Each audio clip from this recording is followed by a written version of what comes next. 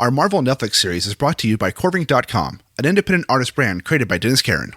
Centered around alternative culture, tattoos, magic, and other curiosities. Home of Sweet Tits Muffin Co., Save the Environment, Kill Yourself, and other designs. Check out new enamel pins and Raven Stitch Magic Element plush toys. Mention the tattooed ballerina prints, specifically the Wonder Woman and Black Canary inspired ones you think your audience would like. Oh, you'll read anything on that talent prompter, won't you, Mr. Horsley? I hear they have some sweet-ass tattooed ballerina prints, too? Inspired by characters like Wonder Woman and Black Canary. Corving.com. Corving.com. This is Spoiler Country, a podcast about comics, movies, whatever, but mostly comics. Enjoy. And this week we are doing a review of all the Netflix shows. So sit back and join us every day this week as we talk about Daredevil, Jessica Jones, Luke Cage, Iron Fist, Defenders, and Punisher. And now, on to the show. All right, welcome back to Spoiler Country. I'm Kenric and that's Johnny Horsley. And today on our show, we are honored to have back again for the second time, third time if you count some some Kickstarter signal boost. But Danny and Morgan has come from the fourth wall to bring us back to reality. Thanks, guys, for coming on.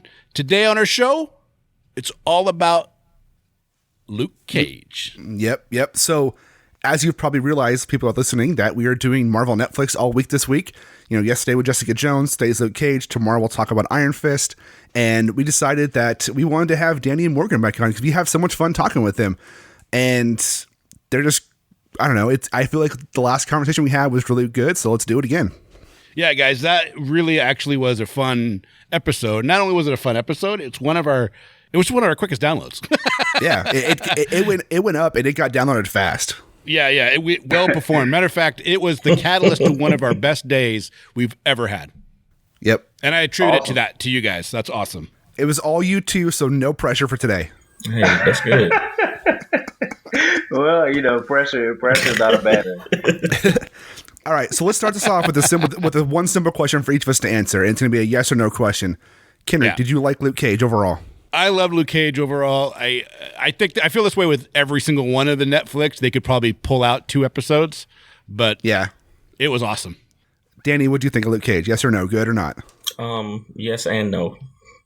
All right, we'll get to that. Morgan. Yeah, I loved it, but I think like Danny, yes, and then there's some. I mean, it's good and bad to everything, but overall, yes. I watched it way late. I loved it. Right. I mean, I have parts I can talk about that I didn't like, but I loved it overall. But I watched it way late after everybody had shit on it for being too urban, and I was like, because that's all I saw on Facebook and Twitter. And then I saw it, and I was like, "What are you talking about?" I loved it. So, what does too urban mean? That's what I was wondering too. It means too black. That's what it means. Yeah, too black. Yeah, but it's about a black guy in Harlem. I mean, come on. That's still too much. Well, it's not like they're in Ireland. That's still too black, guys. You guys, right? Well, that's still too black. If it was in Africa, it's still too black. Oh my God! So, what did you like about the show? Hey! Just real quick. This just came out. I don't know if you guys know who this is, but Stephen Hawking's just died. Are you kidding What? me? Nope. Holy shit. Yeah, let's Google that real quick. I just got a text saying Stephen Hawking's died. It's not another hoax. I hope not. I hope so. Oh, I hope it's a physicist Stephen Hawking dies at age 76. Oh, man, that sucks. Oh. I mean, if you haven't had a chance, you guys, I don't know if you have, but A Brief History of Time changed the way I looked at the world. And it's amazing. You know, he talks about... That's a great book. Yeah. And the documentary is him actually talking, doing the book.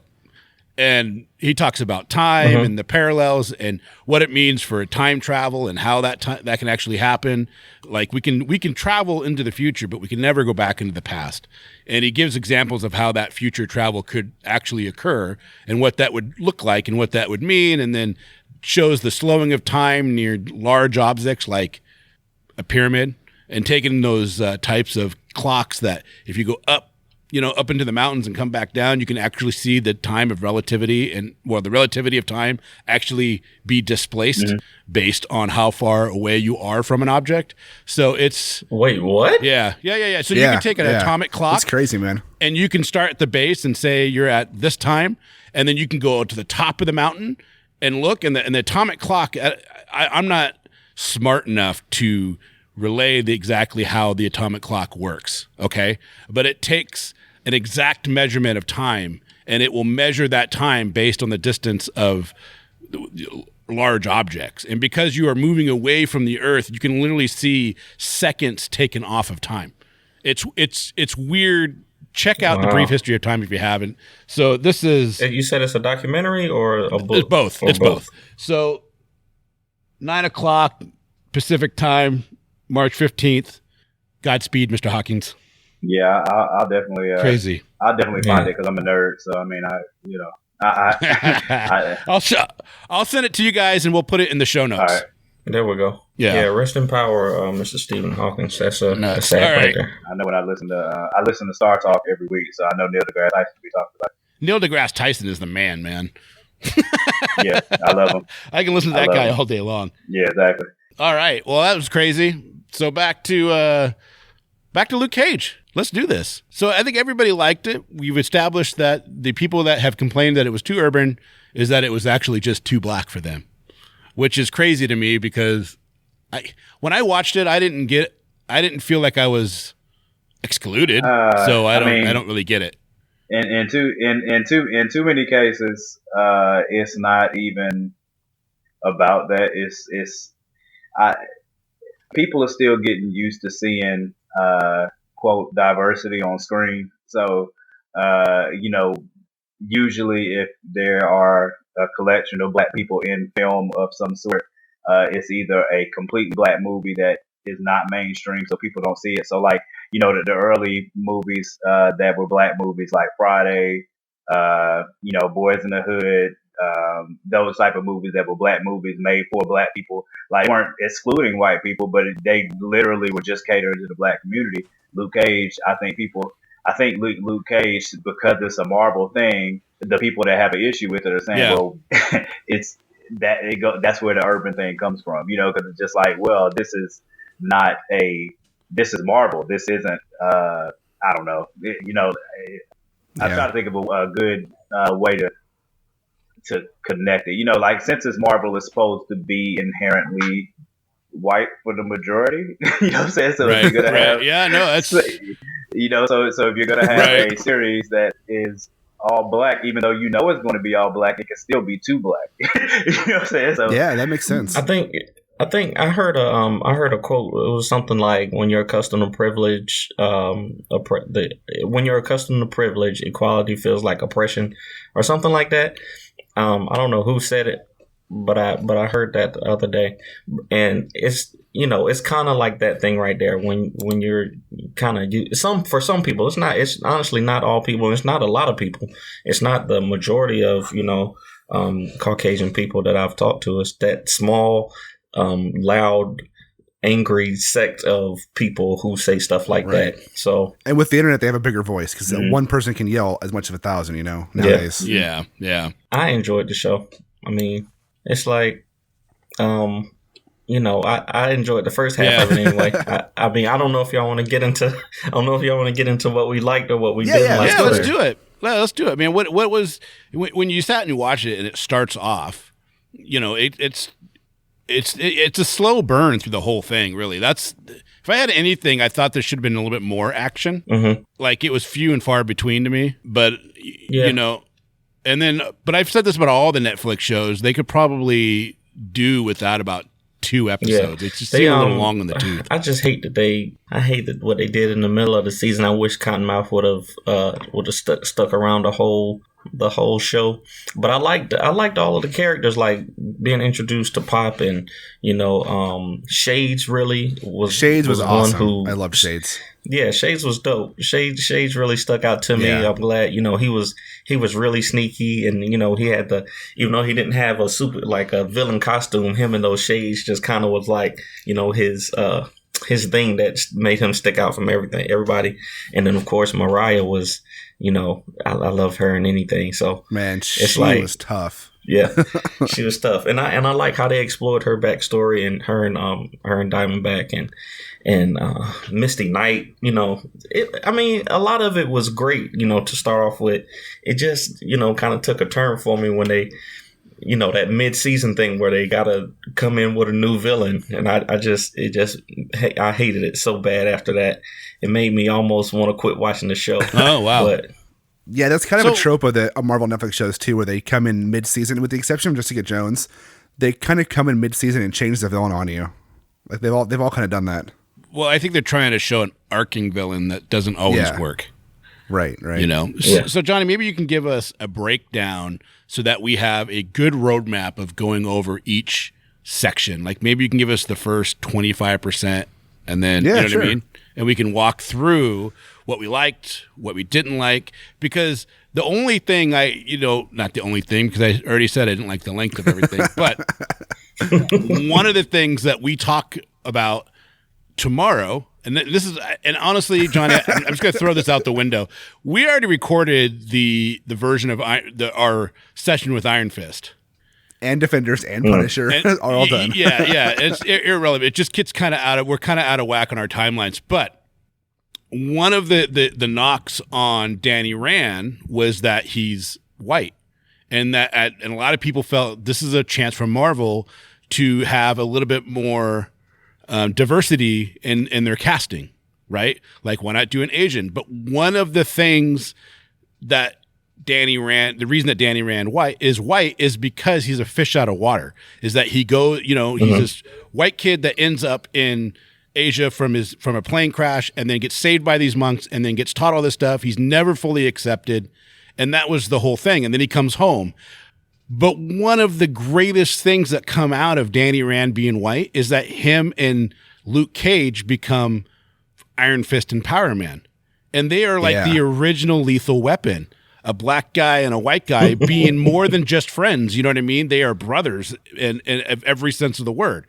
And that's how their relationship grows in the comic books. Their relationship grows into this, and it's actually a really cool thing. So. And that one was awesome. I wish they would have had Iron Fist in it to start it on both sides. You know what I mean? Like I wish Luke Cage was in Iron Fist and Iron Fist was in Luke Cage. At least, maybe not throughout the whole season, but at least like planting the seeds of that friendship there, as opposed to being just in the Defenders.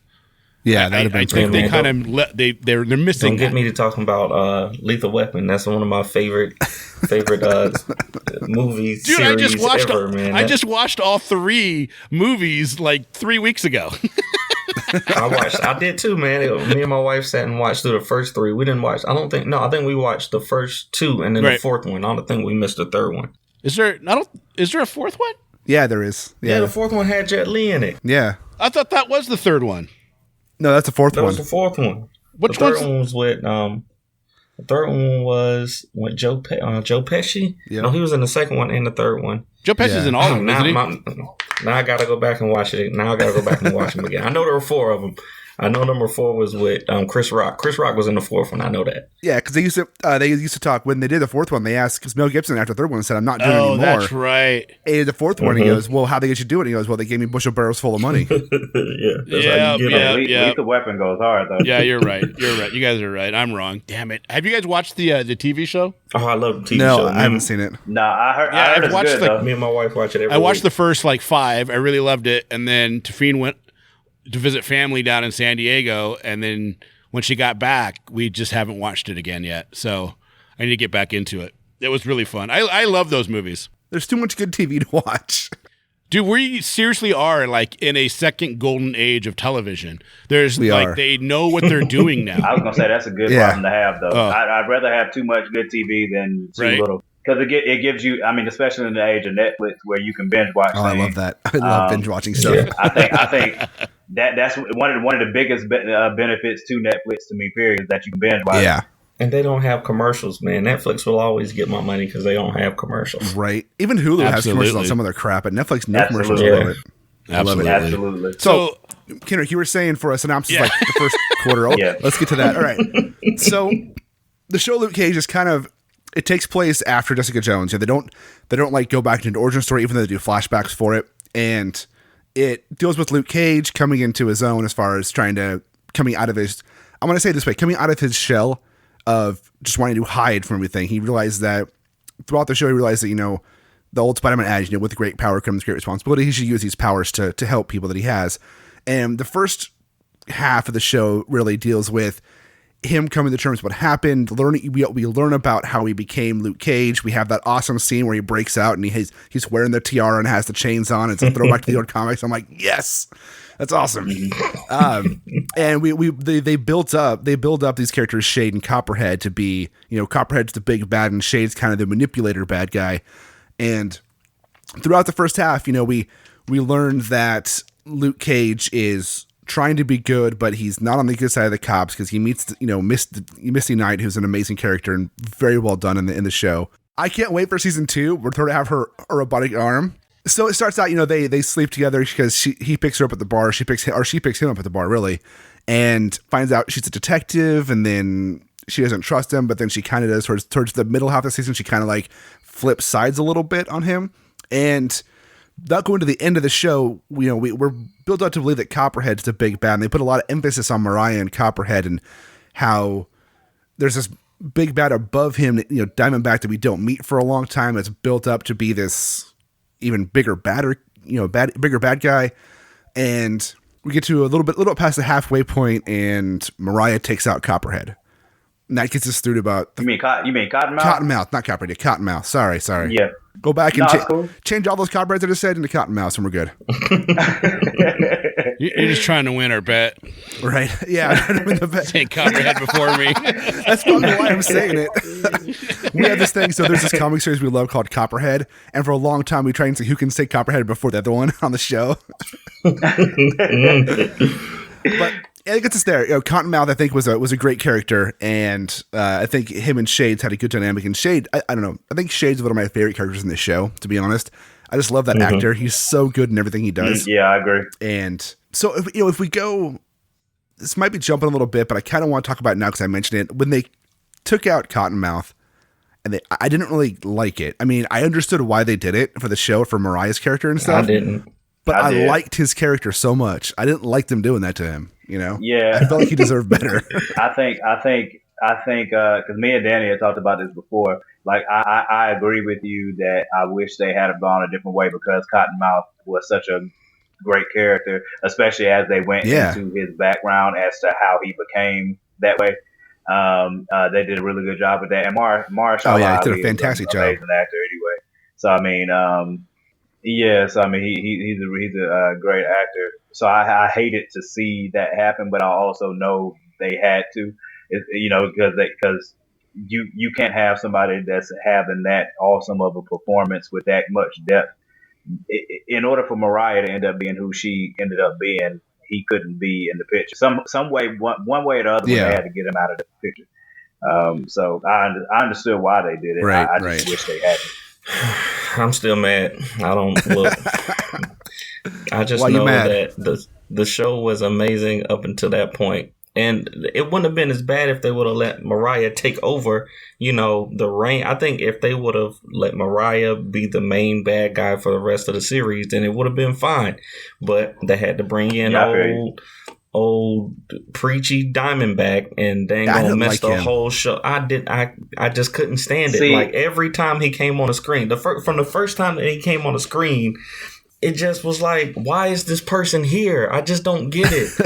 He was so over the top. He was so over the top. He was too comic. I mean, I know it's a comic book show, but he was too comic booky.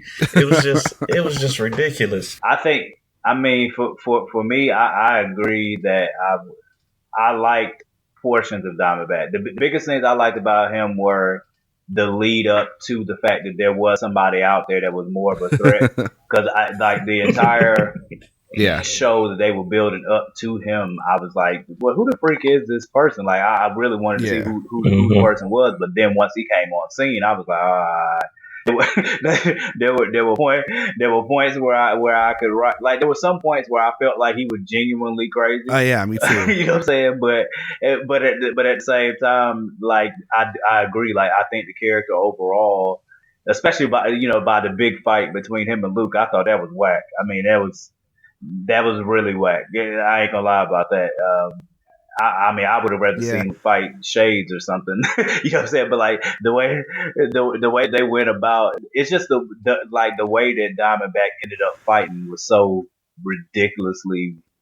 I think I don't know if they should have made it look technologically more cool, or if it was just his character as a whole. But it didn't end up working out well. But I mean that's one of the things when I was talking about. I loved it overall, but that's one of my downsides. That's definitely a big downside. See, I had a hard time believing Diamondback could have run that big empire that he had, right? That big drugs empire. I had a hard time believing that dude could run that shit. He didn't come across as smart.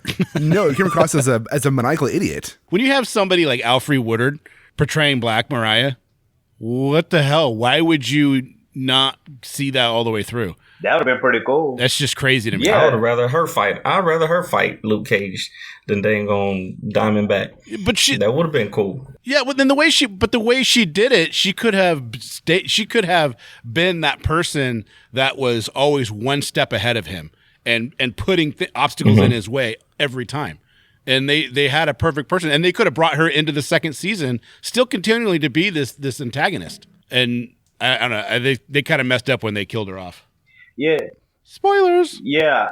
I think Diamondback was an unnecessary addition. I see what they tried to do with the story and I understand it, but he just seemed like I agree. That's actually a good idea that Tori had. Like if she had because of the way that they went with him to try to equalize and fight Luke, the fact that he's using some type of suit in order to do that, they could have had Mariah do that, and it would have been, honestly, if Mariah had done it, it would have been more dope, because it's like, okay, she's already at a disadvantage, but now she has a way to try to come.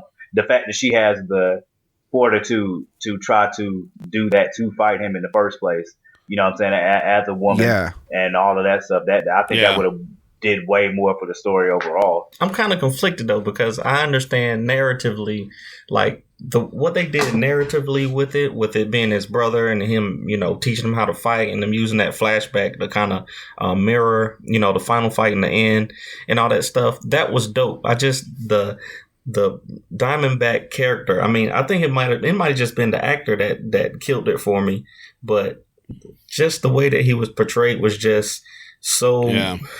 It was just so wrong for it to be, it really just messed the whole series up for me.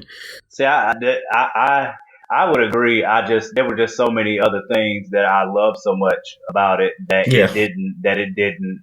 it definitely took points off. Like the other day I was doing a list on Twitter for like my top, I think 5, like how I would rank the Marvel ones, and as much as I would like to put Luke Cage higher, I like those things with the other series that have come out. Because I mean, I saw people talking about that in like Jessica Jones season 2. I love that. I love the second season more than the first. I'm not done yet, so don't say anything. I'm only on episode 7. I won't. But everybody dies at the end. Although by the time we record tomorrow's episode, which will air yesterday, I'll have watched all of it. So okay.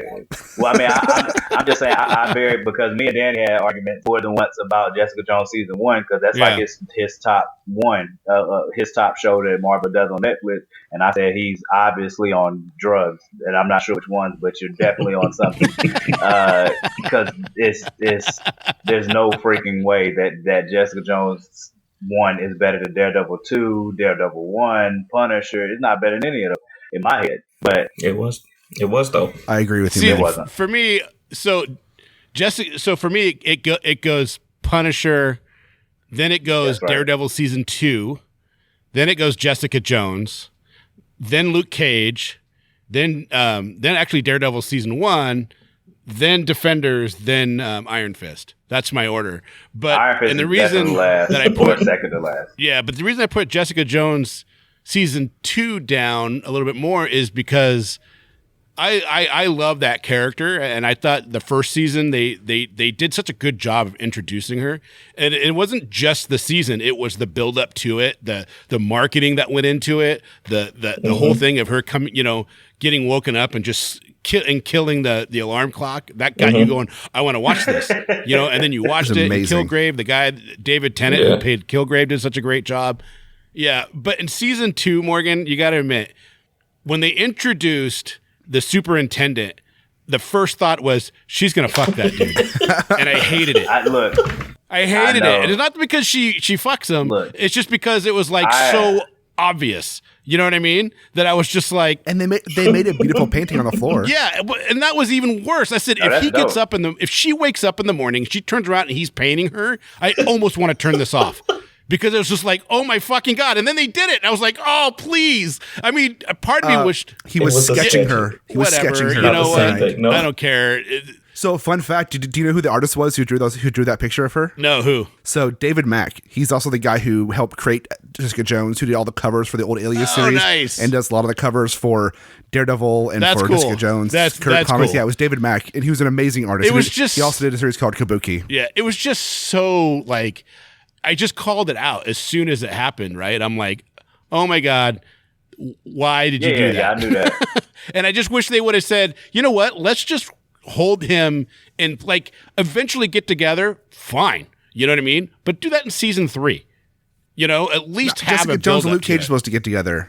They do get together in season 1. They're supposed to get married and have a baby. And Wolverine's supposed to babysit. It's hilarious. It's awesome. Oh, I didn't know that. Yeah, they have a baby named Daniel Cage who becomes Captain America on one of the alternate Earths. Nice. But yeah, just Jessica Jones and Luke Cage get married in the comics. None of that is about to happen in these shows, though. You can forget I don't know, about bro.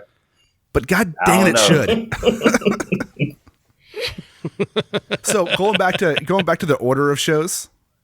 Yeah, going back to the order of the shows, Kenric, I would argue with you that, and correct me if I'm wrong, but I would say that Daredevil season 2, only the first half is number 2 for you, not the second half. The Punisher. That's fucking dude is the man. I would say your order actually goes Punisher, Daredevil season 2, part 1, or first half, then Jessica Jones, and then Daredevil season 2, the second half goes somewhere else. I think I definitely Punisher made Daredevil season 2 by far.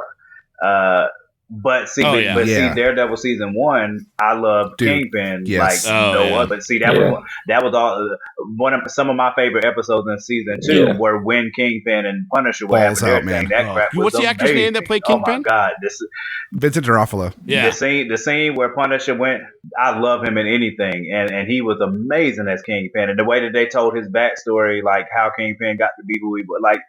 That's what I'm saying. Like there were clear points. The prison scenes were awesome. Yeah, man. Those were awesome. That's what I'm saying. The Daredevil season 2 and 1. The only reason I put season 2 over 1 is because Punisher's in it, and because of that crossover between Kingpin and Punisher. Because I thought those episodes were amazing. Luke Cage.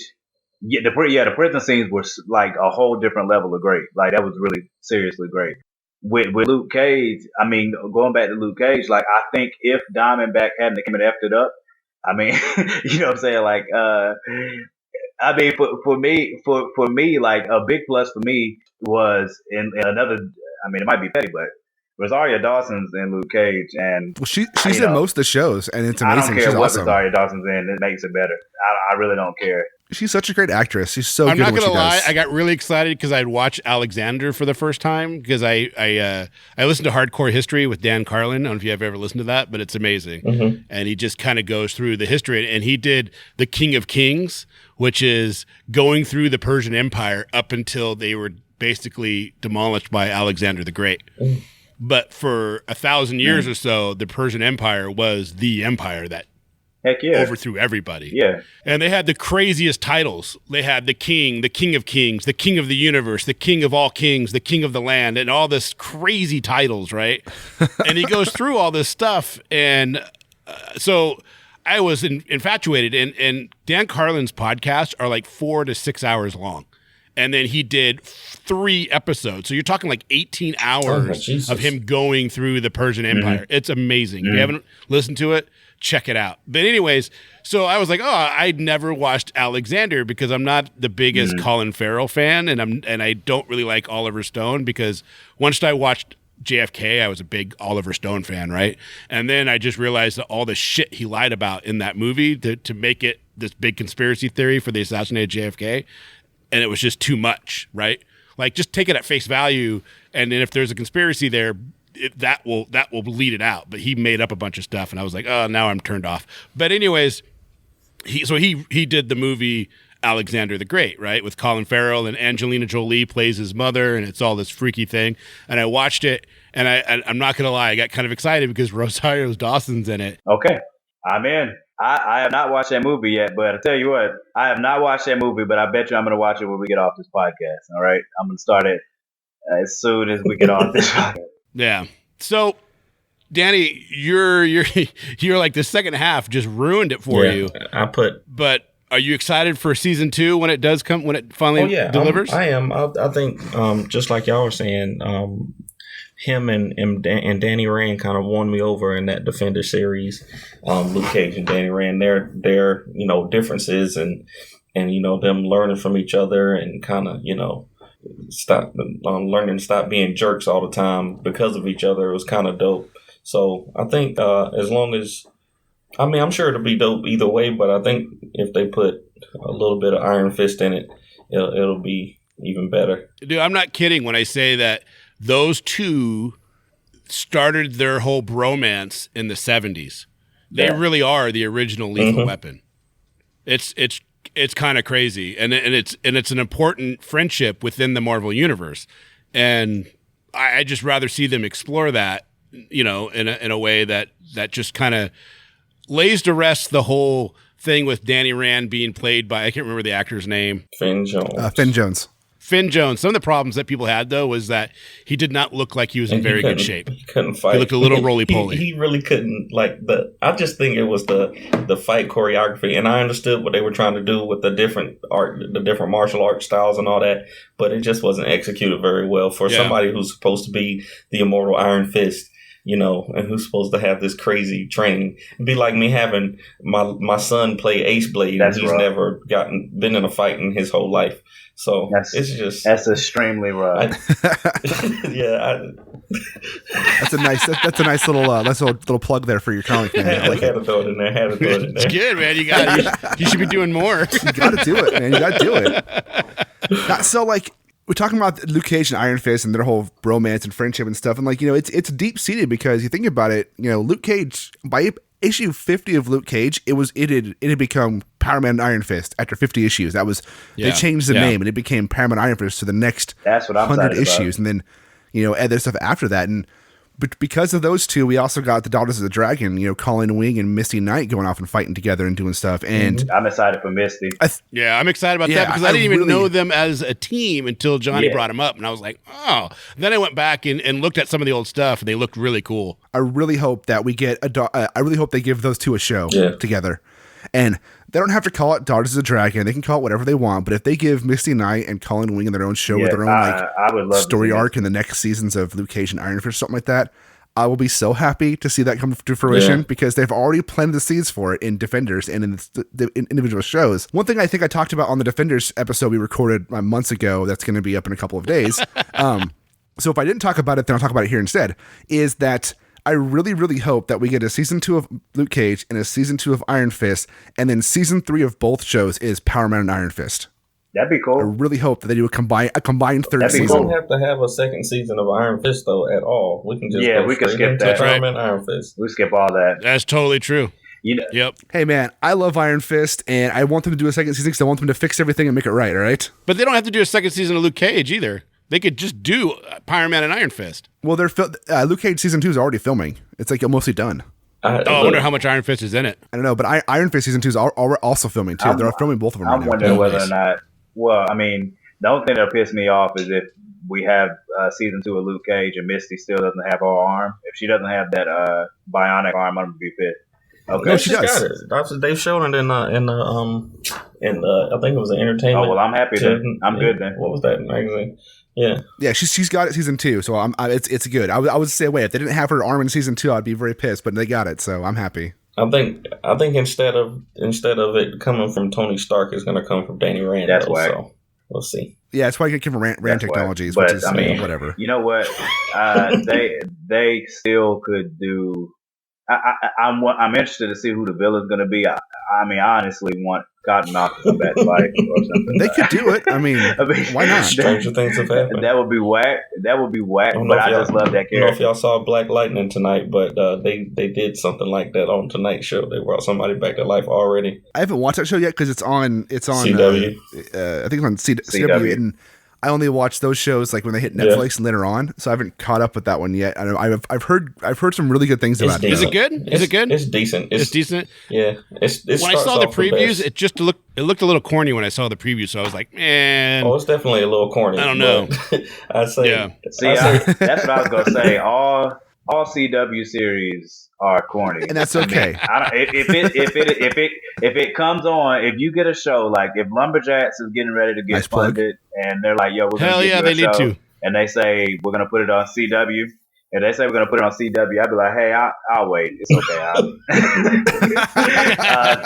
I'll wait for Netflix and the Barra guys. I'm all right.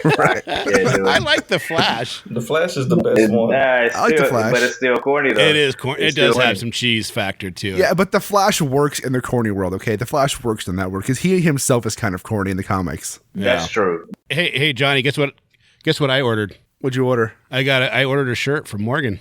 Oh, did you? Oh, you got the By any shirt? means necessary. Yeah, he's literally literally the dopest for that. Appreciate it. Oh man, Are cool, you kidding? Man. He put it up on I think on Twitter or was it on Facebook? And I think he was up for a minute, and I was like, I want one of those.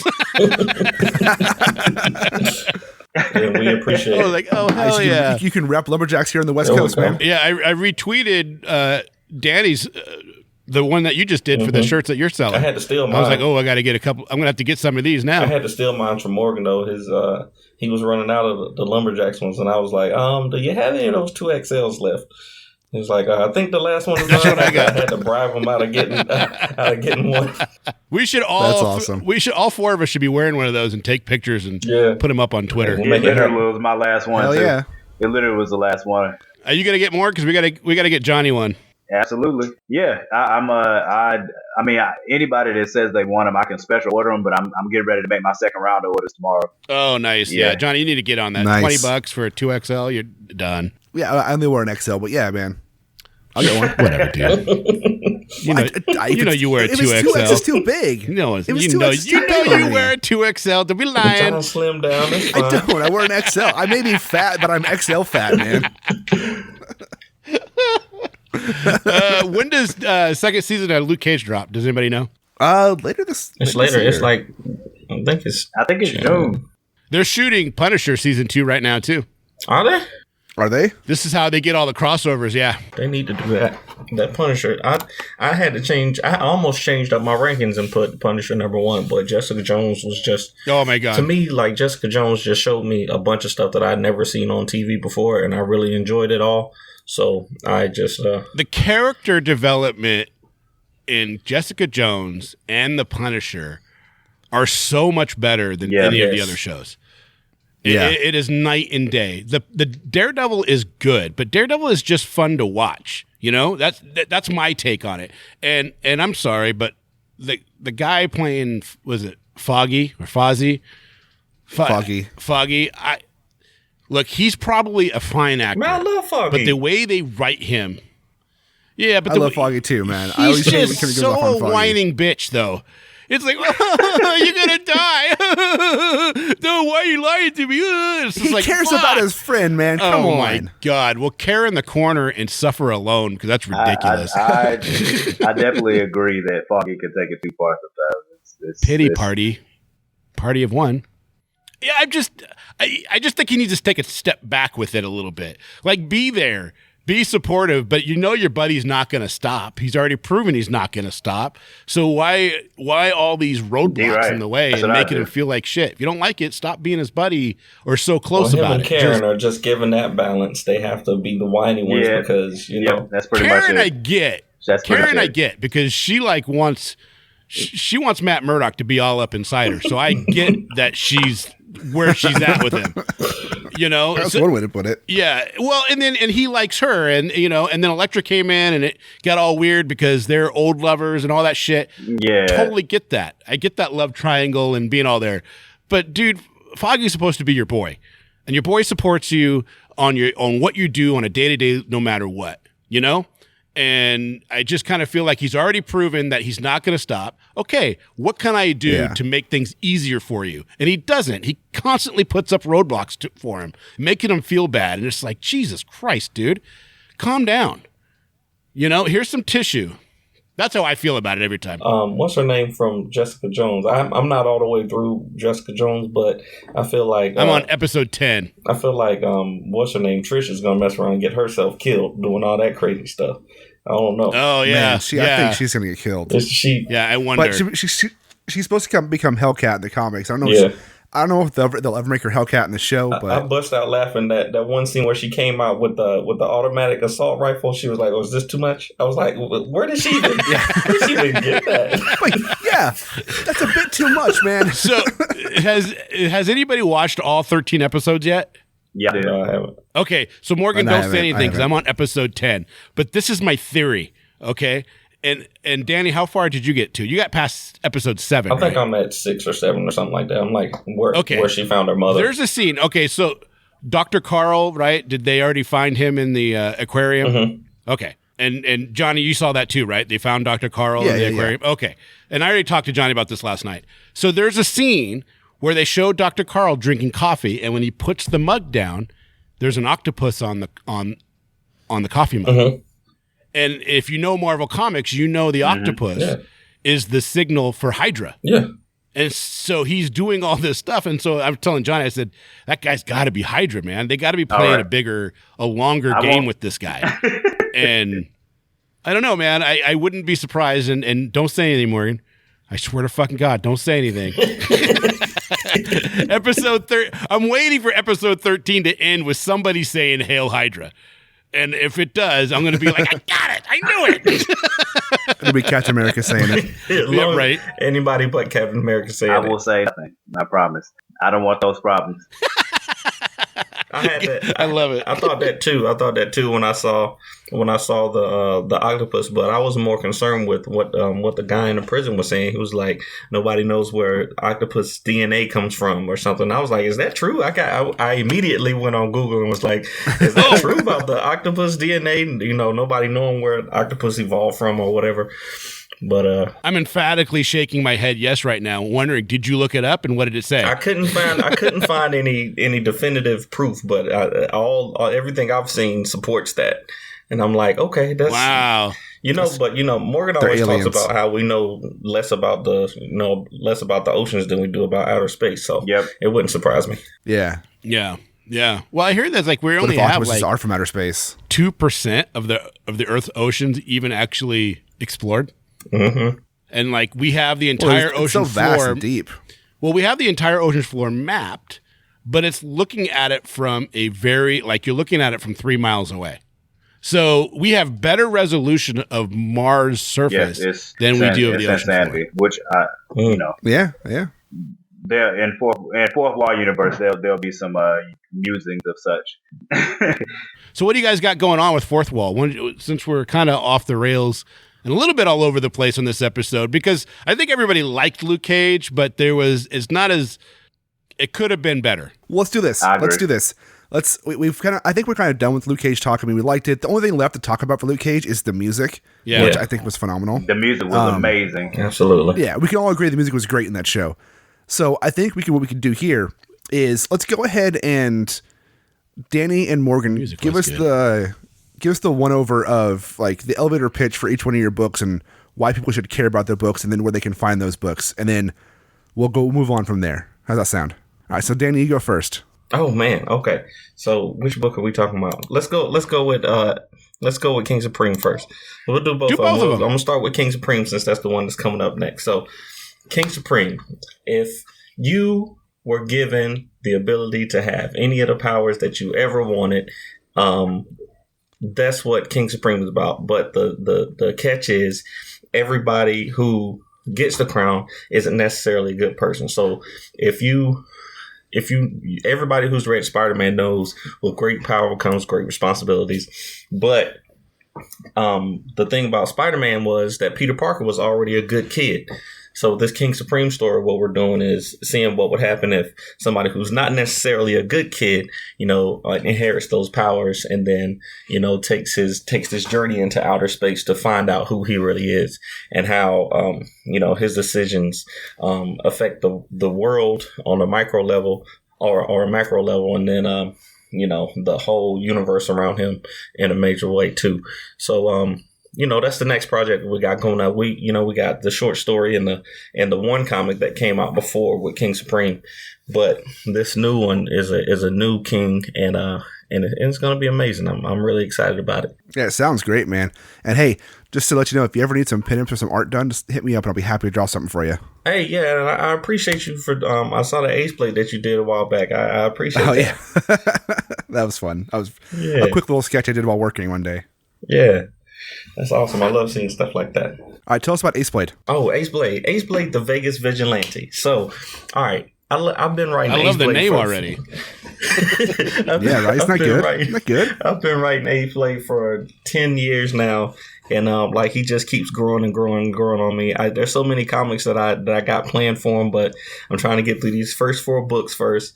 I tell everybody else, Aceblade is kind of like my homage to all of the old school comics that we all used to love, the Spider-Mans and X-Men and Wolverine and all that good stuff. So there's a lot of tropes in it. When you read the first 2 books, you'll see all the tropes. I designed them to be familiar to people right off the bat. So, you got your standard fighter who gets in a bad situation, then somebody dies and he has to decide to, become a hero. But then in these second 2 books in the series, we kind of break away from all that and you see that everything isn't quite what it seems. And, there are some deeper themes going on. He has to decide why he wants to fight and if he wants to continue to fight and does he have to be Aceblade to do that? So, we're getting to the point where we're, in the world where you have to write more than or you have to give more than just what's on the surface, and stories for them to be, credible or for them to be any good. You can't just write the basic story. You got to put some extra stank on it. So, that's what we're trying to do with Aceblade. We put all of the effort into the first 2 books to make them familiar to people so that, you can feel like, okay, I think I know who this character is. But now we're going into some deeper territory to really break Aceblade away from the standard Batman, Green Lantern tropes and all that stuff to really make Aceblade his own character. So this 4th book that's going to come out before the end of the year, I'll finish up this series, and then, we actually got a short film planned for later on in a video game too. So that's so awesome, man. I've read the first 3 issues of Aceblade, man. It's really good. I was captivated by it. I read each one of them nonstop. I appreciate it. Thank you. That's awesome. Yeah. All right, Morgan, tell us about Lumberjax. Okay. Well, Lumberjacks, I just got done finishing the origin novel for him, so I'm extremely happy about that because I've been working on that for 1.5 years, 2 years, maybe even longer. Nice.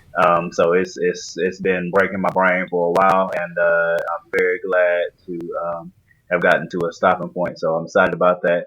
The first comic, which Kenric has a shirt for, Lumberjacks #1 by any means, is.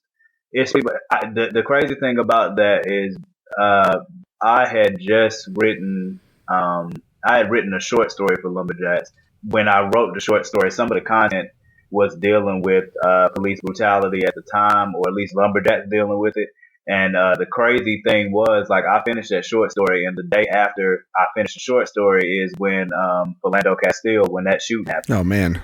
So So yeah, it was eerie to me, like how, because honestly, the way that I wrote the short story, like people will read that short story and think that I got it from that case, and I didn't. I finished that story before that happened, so it was crazy. So there's somewhat of a homage to that in the comic, but Lumberjax is a character that's mainly driven. I mean, his number one thing that he's driven by is justice, equality across the board. It's not just for Black people. It's not just for Americans. It's not just for Africans. It's for anybody in any situation. He's a person that tries to be level across the board, regardless of what the situation is.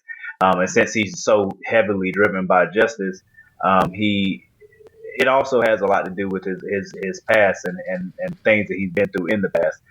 But a large part of Lumberjacks as well is also him learning to.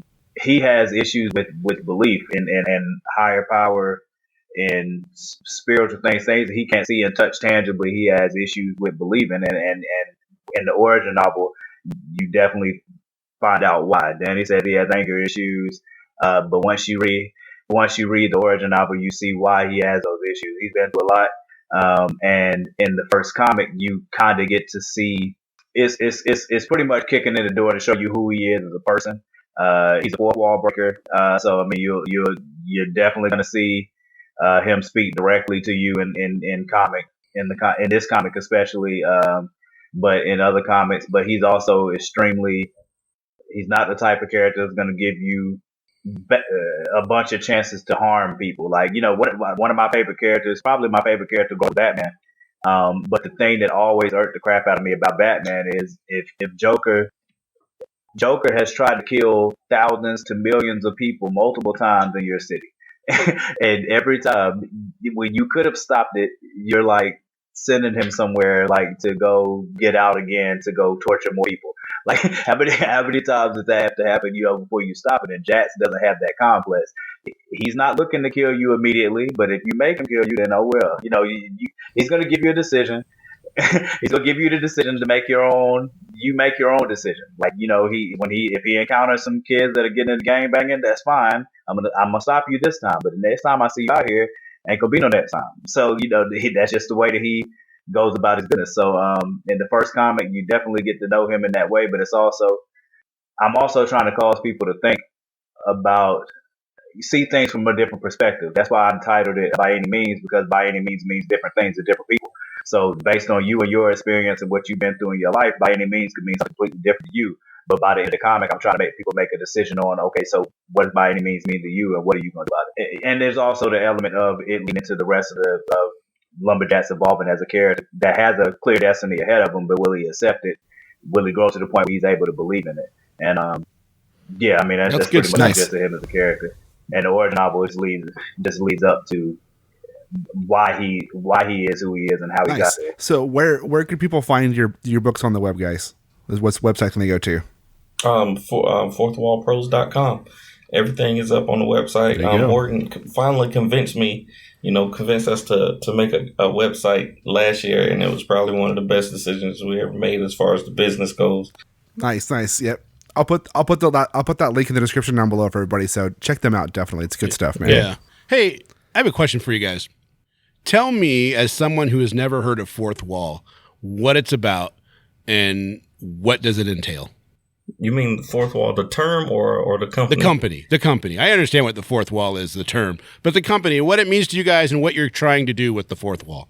Yeah, so the fourth wall, just like the for those who don't know what the term, breaking the fourth wall means, the reason I named the company Fourth Wall is because we make everything that we make is, based off of that fourth wall. So we're making media, whether it's TV, film, comics, short stories, plays, everything to be consumed by a consumer, to be viewed from the outside. And then we want people to be affected by what it is that we're making. So just like with our comic books, people ask us all the time what makes our characters different. And I like to tell people it's because we expect our characters to grow and to change over time. We don't, in 5 years, Aceblade isn't going to be the same Aceblade. He's going to have learned from his encounters with whoever it is in his stories, and he's going to be a better person, in 10 years, or he's going to be a worse person. The goal is to change and to grow, like we actually do in real life. So that's the main thing that Fourth Wall is about. We're just trying to use our God-given abilities to build, and to tell stories that we enjoy and that we think other people will enjoy. Well, I think one of the big things is, like Danny said about us breaking the fourth wall. I think one of the ways to think about it is just, when you're breaking the fourth wall, it's either to speak to the audience or to come through the medium that the audience is watching you through, and to be able to do that. But also in a time, especially in a time that we're in right now, where diversity is becoming more important. It's being more sought after by Hollywood and by network entertainment and just people in general. We're in I think in the entertainment industry, especially a more tolerant age where people are looking for diversity. And Fourth Wall, one of the things that we have going for us that a lot of companies don't have is that type of diversity, and it's not that we're building towards it. We're starting with it. So I think that's another big thing that sets us apart, is that we have 4 characters that are pillars, that are also Black, that are also connected to Philip. I have a Filipino character, Filipino characters. Native American characters that are underrepresented in the comics that are already out there. We got white characters too. Huh? We got white characters too. Of course. But see, that's what I'm saying. That's a part of diversity as well. That's what I'm saying. So, but we're also able to represent people that aren't represented at all in comics, and not do it as a sideshow way, but doing it as something to put forward and be able to build a platform on. So, I think the biggest thing that we'll be able to bring to people, one, is because we have like 10 years worth of storyline that is directly connected to each other's characters in one way or the other, where we're crossing over. We just need to either rob a bank or to make bank so that we can get all of the comics done. Well, do it by making bank. I don't want to read stories about you guys going to jail for robbing a bank to make this happen, man. Let's do it the right way. I don't think we have a lot thought about it, though, because we definitely have. Absolutely. All right. But if you do, let me come and run the getaway car so I can get 33%. I got you. I'm gonna go ahead and put that in my notes right now. It's on record, man, so he's got to do it. That's a legally binding thing. So the Fourth Wall is a universe within your comic book business that all the stories are in some way interconnected. Maybe not directly, but all the stories are happening in the same universe. Absolutely. Yeah, that's awesome. Yeah, and you'll see a lot. Awesome. You see a lot of, like, when you read the origin novel, when you read Lumberjax's origin novel, there are characters from both Black Scorpion stories and Aceblade story that are directly integral to Lumberjax's coming up as an origin. You also see the same thing in the comics. You read Aceblade, you're going to see some Lumberjax, some Black Scorpion. If you read Aceblade origin novel, Black Scorpion is directly in there. Black Scorpion is all in the Black Scorpion novel. Aceblade is directly in there. But we're not doing it in happenstance ways. We're not doing it to be cute. It's an integral part of the story that will continue to, it's pretty much what we're seeing on Netflix with the way that Luke Cage is tied into Jessica Jones. Like the way it's organic, right? Exactly. It's an organic crossover. It's not something that we're doing as a trope. It's not something that we're doing as a gimmick. It's something that's organically built into the story to help the story evolve for both characters, through that. Like, if you read Aceblade, and once you get a chance to read Lumberjax, once you see who they are as people, you'll see why they could also clash. I don't even know if that's a spoiler alert, but I don't think you should be surprised if Aceblade and Lumberjax were to have a run-in or 7 or 70. But it's not because we're trying to like do that to incite people to come and watch it. It's because they're characters. I think that's another thing that we have strong, is that each one of those characters that is a pillar has a different way that they go about things, a different way that they see things. And because of that, and because they're so strongly entrenched in it, that's when those interchanges or intertwinings happen. Bad or good could come from it, until it happens. Well, Danny and Morgan, I appreciate you guys coming on the show tonight and talking with us about Luke Cage, talking with on all the little tangents we go off into, letting us and everybody listening know more about you guys' books. Definitely check out their books. I'll have the link in the description. And I think for tonight, we've been talking for about an hour. That's going to be a show, man. I think we're good. Yeah, I think that's a show. Because it's 10 o'clock our time. It's like 1 o'clock your time, Danny and Morgan. So I think... Hey, man, listen. It's all right. I love talking to y'all, man. So it is. And I think we're going to try to do this more often with you guys, right? We're going to try to get it into where we're doing something at least once a month with you two and having it really set up. If I need to, Morgan. That's if you guys want to. Yeah. Because we love you guys coming on. Man, and, absolutely. So you guys can actually hear us. This is how we roll. You want me to start? You want to start? You tell me. No, you go. All right. So you guys can hear us on everywhere. Actually, you can hear us everywhere podcasts are heard. If we're not on your system, let us know and we will get on there ASAP. But as everybody else is doing, you're probably using a podcatcher on your smartphone. Just put in Spoiler Country. You'll see us. Please, please, please review us. Give us 5 stars. Give us 20 stars. Whatever is the rating. Give us the max because you love this. So just do it anyways. Who wouldn't love this? And then subscribe to us because that way you get all the new stuff. And then they can contact us where, Johnny? So we're most active on Twitter, just spoiler_country. Hit us up there. You may get me, you may get Kenric. If it's funny, it's me. If it's not funny, it's him. Yeah. You can talk to us on Instagram. You can talk to us on Facebook. You can email us at spoilercountry@gmail.com. We have a website that I'm currently working to make faster and update to look a little better, spoilercountrypod.com. And that's where you can get us. That's right. We're everywhere. All right. Well, thanks for joining us today. Don't forget, expand your mind and read more. See ya.